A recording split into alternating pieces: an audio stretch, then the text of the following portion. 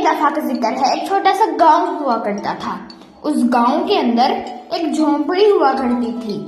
اس جھونپڑی میں کیرن نام کی لڑکی اپنی ماں کے ساتھ ہنسی خوشی رہا کرتی تھی۔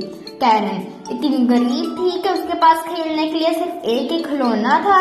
پہننے کے لیے لکڑی کے جوتے تھے جو اس کی ماں اس کو بنا کر دیا کرتی تھی۔ ایک دن کیرن کی ماں بیمار پڑ گئی۔ کیرن دوائی لینے کے لیے شہر کی طرف روانہ ہوئی۔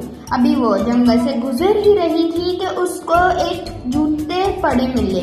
وہ جوتے لال رنگ کے تھے۔ وہ جوتے اٹھا کر گھر لے آئی اور اپنی ماں کو دکھایا۔ اس کی ماں بولی کہ جس کے بھی جوتے وہ ان جوتوں کو تلاش کر رہا ہوگا تم یہ جوتے واپس وہاں رکھا۔ کیرن نے اپنی ماں سے چھپا کر وہ جوتے اپنے بستر کے نیچے رکھ دیے۔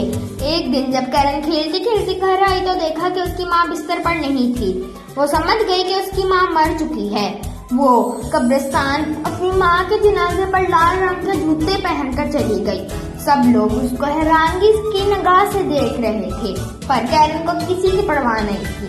ابھی وہ سب وہاں پر ہی تھے کہ ایک بوڑھی عورت بگھی پر سوار ہو کر آئی۔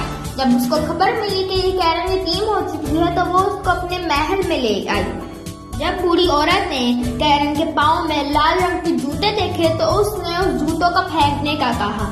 کیرن بہت اداس ہو چکی تھی کیونکہ اس کو وہ لال جوتے بہت پسند تھے۔ اگلے دن بوڑھی عورت نے اس کو نیلے رنگ کے جوتے لا کر دیے، پر کیرن کو وہ بالکل پسند نہیں آئے اور وہ رونے لگ گئی۔ دن گزرتے گئے اور اب کیرن ایک نوجوان لڑکی بن چکی تھی۔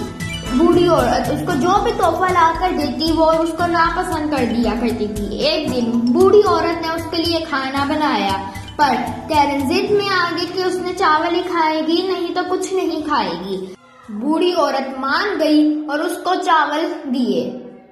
اگلے دن وہ دونوں جوتے خریدنے بازار گئی۔ کیرن نے لال رنگ کے جوتے دیکھ لیا اور اس نے ضد کر لی کہ وہ لال رنگ کے جوتے ہی خریدے گی، مگر اس کی ماں نے اس کو لال رنگ کے جوتے لے کر دیے اور اس کے ساتھ ساتھ اس کو ایک کالے رنگ کے جوتے بھی لے دیے۔ خود تو کیرن ہوا میں لہراتی ہوئی گھر کو جا رہی تھی، مگر بوڑھی عورت اتنا وزن اٹھانے کی وجہ سے تکلیف ہو رہی تھی۔ اگلے دن بوڑھی عورت نے کیرن سے کہا کہ اس کو کسی کے جنازے میں شرکت کرنی ہے اور اس کو کالے رنگ کے جوتے پہننے کا کہا، مگر کیرن نے لال رنگ کے جوتے پہن لیے اور ان کو اپنے لباس کے نیچے چھپا لیا۔ جب وہ لوگ قبرستان پہنچے تو سارے کیرن کے جوتوں کو دیکھ کر حیران ہو گئے۔ تبھی ادھر ایک شہزادہ آیا، اس نے کیرن کے جوتوں کو ہاتھ لگایا اور ان کی خوب تعریف کی اور کہنے لگا کہ کیا آپ آج کی محفل میں میرے ساتھ رقص کرنا پسند کریں گی؟ کیرن اتنا خوش ہوگی کہ وہ ناچنے لگی۔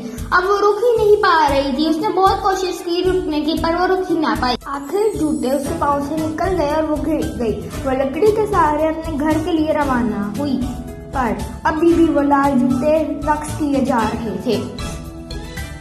آخر اتنا رقص کرنے کے بعد کیرن کے پاؤں زخمی ہو چکے تھے۔ آخر اتنی دیر بعد کیرن اپنے گھر پہنچ ہی گئی۔ وہ ادھر بوڑھی عورت سے ملی اور اس سے معافی مانگی۔ آہستہ آہستہ حالات بدلتے رہے۔ اب کیرن بوڑھی عورت کی خدمت کرتی رہتی تھی اور ہر کام میں اس کا ساتھ دیا کرتی تھی۔ ایک دن زور زور سے دروازہ کھٹکنے لگا۔ کیرن جب دوڑ کر دروازہ کھولنے گئی تو وہاں پر وہی شہزادہ کھڑا تھا۔